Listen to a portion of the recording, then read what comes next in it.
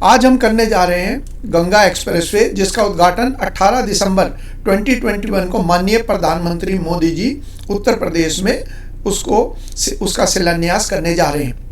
अब ये एक्सप्रेसवे के साथ साथ इस लेक्चर में हम यूपी के जो अन्य एक्सप्रेसवे हैं उनके बारे में भी पढ़ेंगे, ताकि आप ये समझ सके कि इस एक्सप्रेसवे के बनने के बाद किस तरीके से यह अन्य एक्सप्रेसवे को जोड़कर उत्तर प्रदेश की आर्थिक प्रगति में सहायक होगा। ये एक्सप्रेसवे जो है लगभग 600 किलोमीटर लंबा है।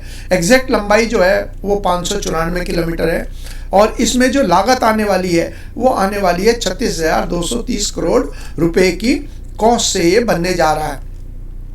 इसकी ये किन दो स्थानों को जोड़ेगा, तो मेरठ को प्रयागराज के साथ में जोड़ने का कार्य करेगा, यानी कि मेरठ के बिजोली गांव के पास से ये शुरू होगा और प्रयागराज के जुदापुर दांडू गांव तक ये जाएगा। मेनली तो हमारे लिए ये दोनों सिटी हैं जिनका हमें ध्यान रखना है, और ये दोनों हिस्से जो हैं, ये दोनों हिस्से मैं आपको मैप के ऊपर दिखा देता हूं ताकि आप एग्जैक्टली समझ सके कि कहां से क्या महत्व है इस गंगा एक्सप्रेसवे का।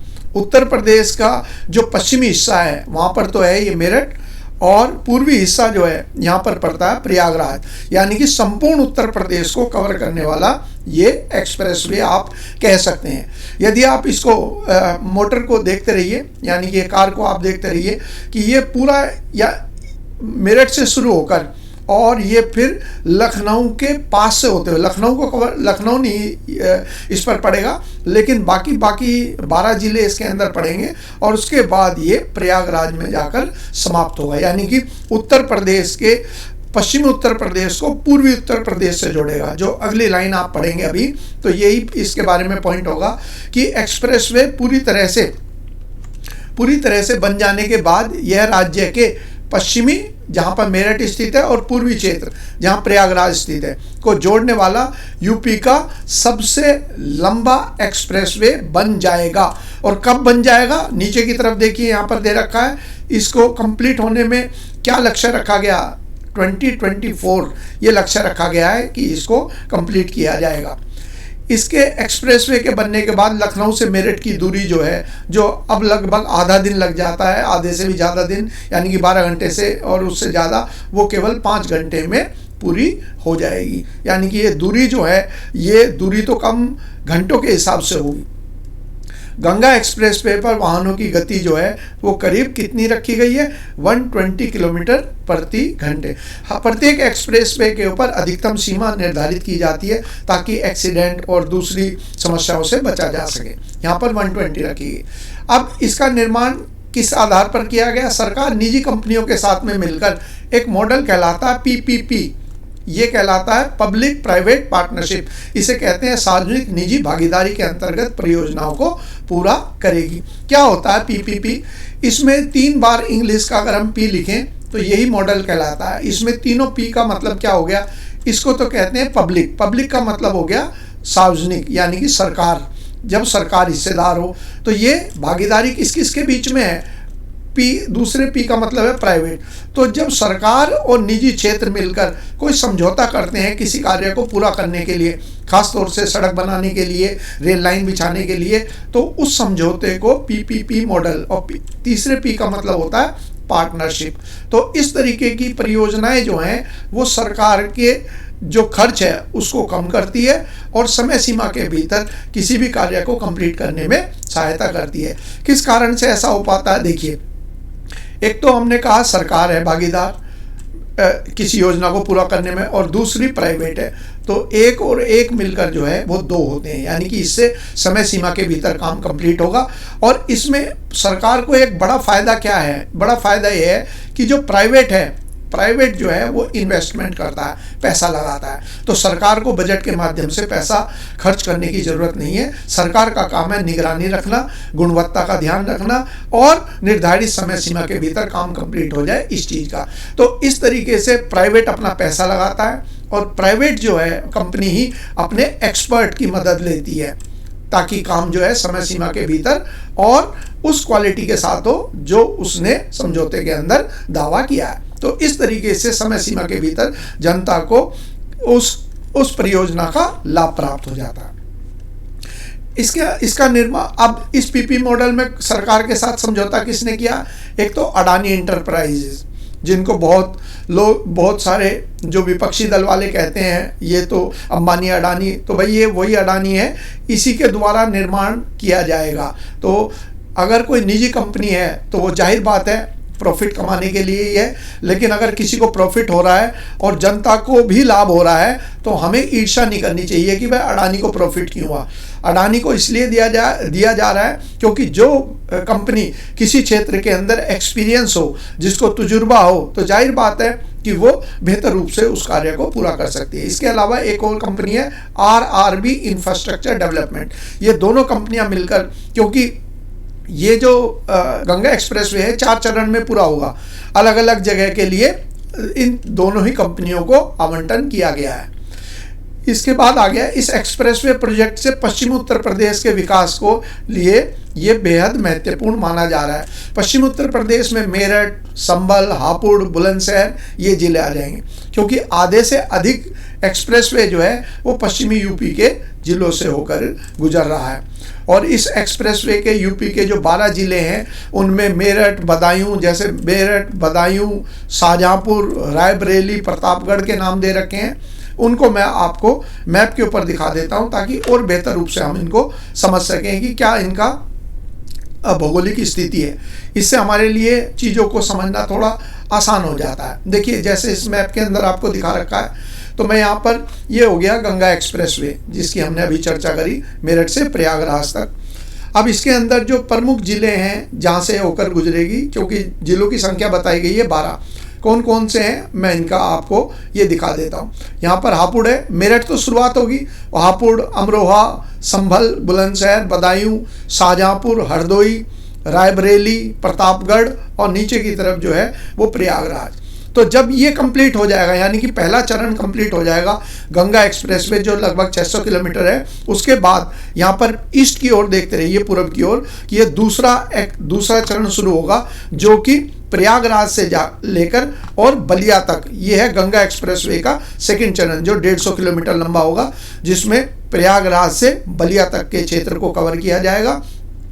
और इस पे कौन सा इंपॉर्टेंट शहर पड़ेगा? वो पड़ेगा हमारी जो आध्यात्मिक नगरी है वो है काशी, जिसको वाराणसी के नाम से जाना जाता है। तो ये प्रयागराज से बलिया तक दूसरे चरण में। उसके बाद आप वेस्ट में देखिए, एक ये एक्सप्रेसवे जो है ये कवर करेगा, मेरठ के पास से ही शुरू होगा और उत्तराखंड में, यूके लिखा हुआ है, ये उत्तराखंड है, यानी कि ये फिर उत्तराखंड के साथ में इस गंगा एक्सप्रेसवे को जोड़ेगा। और ये हमारा जो है गंगा एक्सप्रेसवे का सेकंड स्टेज। तो जब पहला स्टेज कंप्लीट हो जाएगा जिसमें लगभग 600 किलोमीटर है, उसके बाद ये 2 स्टेज और होंगे। इन 2 स्टेज का लाभ जो होगा वो ये होगा कि उत्तर प्रदेश, देखिए अब ये एक और एक्सप्रेसवे है पूर्वांचल एक्सप्रेसवे, यहाँ पर आप देख रहे हैं ये इधर दिखाई दे रहा है, ये हो गया पूर्वांचल एक्सप्रेसवे जो 341 किलोमीटर लंबा है। ये किन 2 स्थानों को जोड़ता है पूर्वांचल एक्सप्रेसवे? तो ये जो है लखनऊ को और गाजीपुर के साथ में जोड़ेगा। तो इस तरीके से ये जो सेकंड हमारा फेज है, ये देखिए गाजीपुर को जोड़ेगा। तो इस तरीके से सेकंड फेज के कंप्लीट होने के बाद ये पूर्वांचल एक्सप्रेसवे जो कि 341 किलोमीटर लंबा है, इसको साथ में जोड़ देगा, जिस पर इंपॉर्टेंट शहरों के नाम दे दिए, बाराबंकी, अयोध्या, अमेठी, आजमगढ़। तो ये एक्सप्रेसवे के बाद पूर्वांचल के, अब पूर्वांचल से एक और एक्सप्रेसवे कट रहा है जो आप यहाँ देख रहे हैं, ये किसको जोड़ेगा? यह जोड़ेगा गोरखपुर को। ये कहलाता है गोरखपुर लिंक एक्सप्रेसवे 91 किलोमीटर।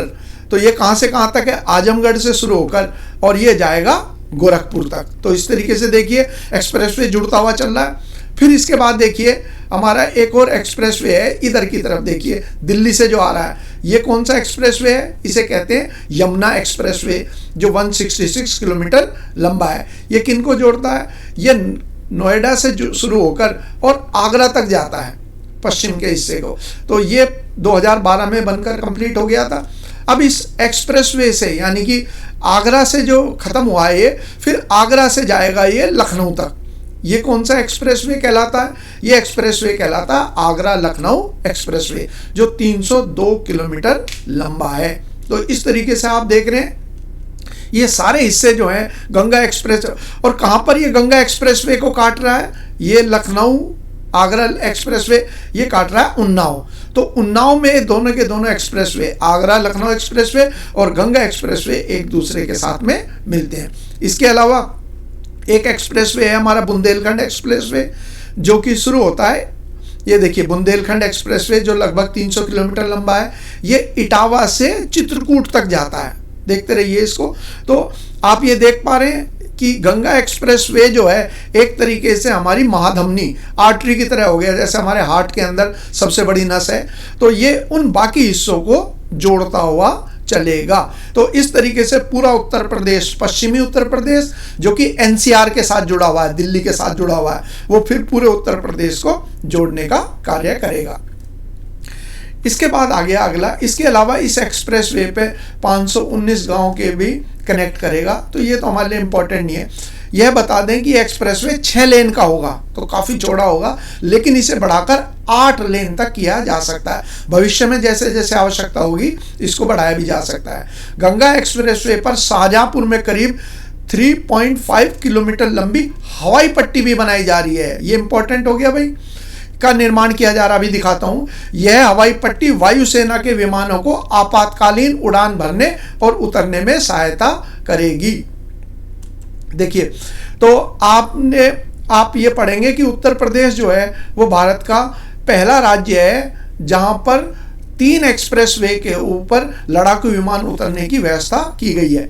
आप देखेंगे ये हिस्सा है शाहजहांपुर, ये शाहजहांपुर आप देख पा रहे हैं, इसको यहाँ पर मोदी जी आज उद्घाटन करेंगे।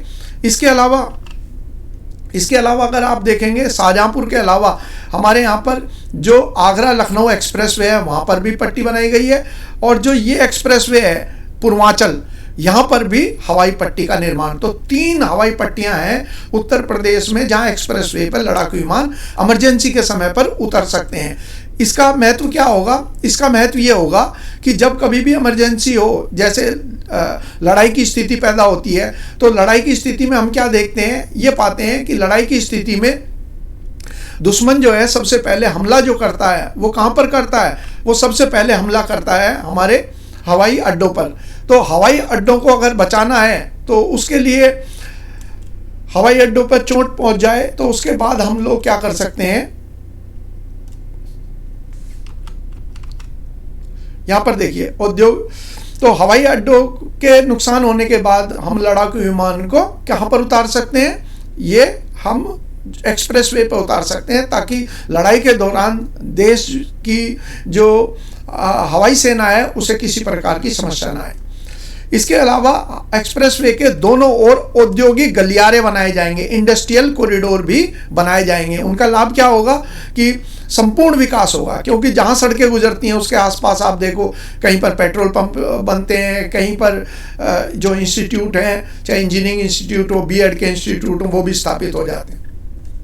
उत्तर प्रदेश देश का पहला ऐसा राज्य बन गया है जिसके 3 एक्सप्रेसवे पर हवाई पट्टी बन गई है। 3 मैंने आपको नाम बताए थे, एक तो पूर्वांचल एक्सप्रेसवे जो कि लखनऊ को गोरखपुर के साथ, गाजीपुर के साथ जोड़ता है, और लखनऊ आगरा एक्सप्रेसवे जो मैंने आपको बताया था, और एक अब तीसरा हो गया गंगा एक्सप्रेसवे। शाहजहांपुर में ही ये 3.5 किलोमीटर लंबी पट्टी बनाई जाएगी, और ये जो एक्सप्रेसवे है 4 चरणों में बनेगा। कब, कैसे? मेरठ से अमरोहा 129 किलोमीटर पहले, फिर बदायूं से हरदोई, फिर हरदोई से उन्नाव, और अंत में उन्नाव से प्रयागराज। तो आज का लेक्चर कंप्लीट करता हूं। अगर आपको ये पसंद आता है तो आप इसे शेयर और लाइक ज़रूर कीजिए। इसके अलावा जिन्होंने सब्सक्राइब नहीं किया वो कृपया सब्सक्राइब अवश्य कर लें।